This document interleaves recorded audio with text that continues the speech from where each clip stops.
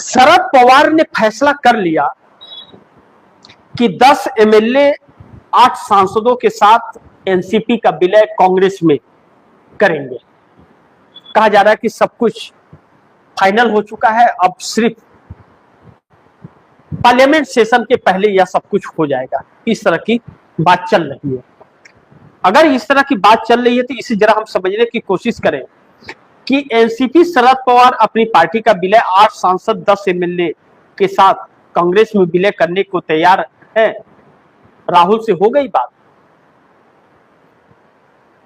तो यह number 3 points जो है, शरद पवार ने फैसला कर लिया।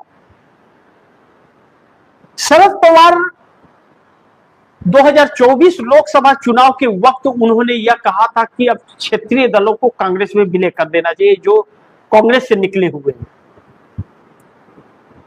और इसकी शुरुआत उन्हें ही करनी चाहिए थी। वह भी कांग्रेस से निकले हुए हैं, ममता बनर्जी भी कांग्रेस से निकली हुई है, तो ममता बनर्जी तो अब किसी लायक नहीं बची। अब इसके बाद भी ममता बनर्जी के साथ जो बंगाल में हो रहा है वह अप्रत्याशित है। उसकी कल्पना कभी किसी ने नहीं की थी। ऐसा नहीं होना चाहिए। बगैर विपक्ष के सरकार कैसी? लेकिन यहाँ तो विपक्ष मुक्त चाहिए। कांग्रेस मुक्त करने भाजपा आई थी, मोदी आए थे और कांग्रेस युक्त हो गए। अब विपक्ष युक्त बना रहे, कांग्रेस युक्त तो बना नहीं पा रहे। वह इनके बूते में दम नहीं, 7 जन्म में भी नहीं कर पाएंगे। कांग्रेस को खत्म नहीं कर पाएंगे। जितना खत्म करने की कोशिश करेंगे उतनी मजबूती से वह ऊपर आएगा, क्योंकि उसकी जड़ें बड़ी मजबूत है। एक राहुल गांधी पर सीमित नहीं है कांग्रेस। कांग्रेस हर इंसान में है। तो फिर ऐसे में उद्धव ठाकरे की पार्टी जिस तरह से टूटी है और शरद पवार की ही पार्टी भाजपा ने तोड़ ली उनके भतीजे अजीत पवार के थ्रू, अब तो वह दुनिया में रहे नहीं। तो शरद पवार का उम्र ज्यादा हो गया, तबीयत भी ठीक नहीं रहती है, तो अब शरद पवार आगे अपनी पार्टी को लेकर के जाने के लिए असमर्थ हैं और बीमार रहते हैं। ऐसे में सुप्रिया सुले जो शरद पवार की बेटी हैं, वह पार्टी को आगे नहीं बढ़ा सकती। वह पार्टी मैनेजमेंट नहीं कर पाती है। अब जब नहीं कर पाती है तो पार्टी को कैसे करेंगी? तो सुप्रिया सुले भी नरेंद्र मोदी के फेर में आ गई थी जब ऑपरेशन सिंदूर के बाद विपक्ष के कुछ नेताओं को सिलेक्ट करके भेजी थी। विपक्ष की मर्जी से नहीं, खुद सिलेक्ट की थी कि कौन कौन हमारे मोहरे के हिसाब से काम कर सकता है। भाजपा में जा करके वहां खेल ओल करके शॉपिंग वॉपिंग करके लोग आ गए, हासिल तो कुछ हुआ नहीं। तो सुप्रिया सुले को कैबिनेट मंत्री बनाना चाहती मोदी और 8 सांसदों को लेकर के आने के लिए एनडीए में। शरद पवार को यह मंजूर नहीं। कहा जा रहा है सुनेत्रा पवार और शरद पवार सुप्रिया सुले डिनर पर मिले थे और वहां चर्चा हुई कि बीजेपी को कर देते हैं समर्थन और मंत्री पद मिल जाएगा।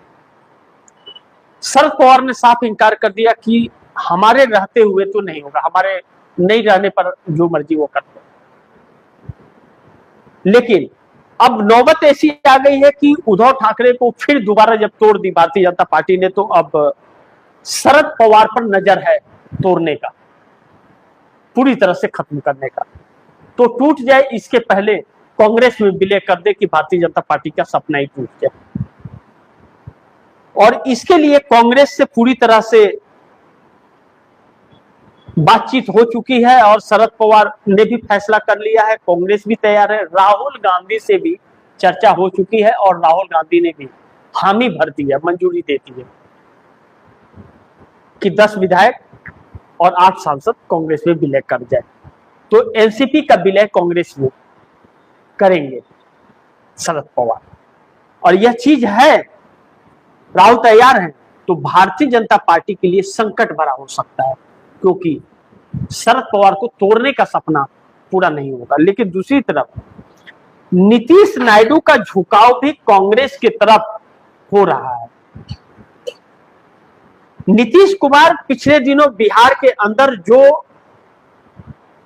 दिखा रहे हैं, एक्टिविटी दिखा रहे हैं और बार बार कह रहे हैं कि जेडीयू अब अकेली चुनाव लड़ेगी, भाजपा के साथ चुनाव नहीं लड़ेगी।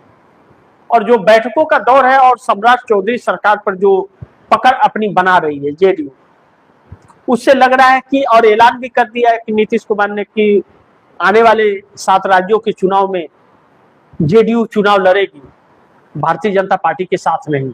अब भारतीय जनता पार्टी का मोहताज नहीं रहेगी। भारतीय जनता पार्टी कहेगी 1 सीट दे रहा हूं, एहसान कर रहा हूं, वो उसका एहसान नहीं चाहिए।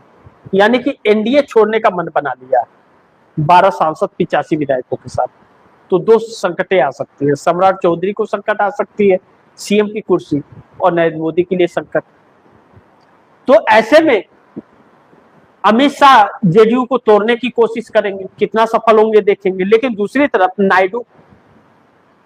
नायडू का झुकाव भी पूरी तरह से कांग्रेस की तरफ है। पिछले दिनों तस्वीरें भी आई कि कांग्रेस के 2 सीएम के साथ में मिल रहे हैं, बयान भी दिया राहुल गांधी को लेकर कि राहुल गांधी बहुत अच्छे नेता है, उनसे बहुत कुछ प्रेरणा मिलती है। या वह शख्स कर रहा है जो 18 सांसदों का समर्थन नरेंद्र मोदी को दे रहा है, खुलेआम मंच से कह रहा है। अब ऐसे में या तो मोदी से लाइन अलग है, तो अगर कांग्रेस के तरफ झुकाव हो रहा है, तो कांग्रेस के तरफ झुकाव हो रहा है तो 30 सांसदों का सपोर्ट राहुल गांधी को मिलेगा, इसका मतलब। और इन 30 सांसदों का सपोर्ट अगर राहुल गांधी को मिल रहा है, तो फिर नरेंद्र मोदी से ये 30 सांसद कम होंगे। तो 26 आए और 30 चले गए, 26 सांसद आए 30 चले गए, उसमें से 20 पर तलवार लटकी हुई है, अभी मान्यता ही नहीं मिली है। तो मोदी जहां से शुरू हुए थे वहीं पर तो खड़े मिल रहे हैं, तो बचे है ही क्या इनके पास। राहुल गांधी कहते हैं ना, हवा का गुब्बारा है, पिन खोद दो पचक जाएगा। और यह डरपोक लोग हैं, हवा बनाते हैं और गोदी मीडिया उसको सजाता है, लेकिन इनके सामने अड़ के खड़े हो जाओ तो यह डर के बिल में डूब जाते हैं। आखिरी में कुछ इनके पास है नहीं, स्वयं भी यह कुछ नहीं, बस एक बार कोशिश तो हिम्मत दिखाने की करे यह देश। बाकी आप दर्शक क्या सोचते हैं, आप दर्शकों की क्या राय है, क्या सुझाव है, कमेंट बॉक्स में जरूर दीजिएगा। इस खबर को ज्यादा से ज्यादा शेयर कीजिए, अपने दोस्तों को भी कहिए आगे शेयर करें। और आपने अगर टीवी इंडिया न्यूज़ 24 को सब्सक्राइब नहीं किया तो सब्सक्राइब कर लीजिए, अपने दोस्तों को भी कहिएगा सब्सक्राइब करें। मिलते हैं अगली खबर के साथ, तब तक के लिए नमस्कार।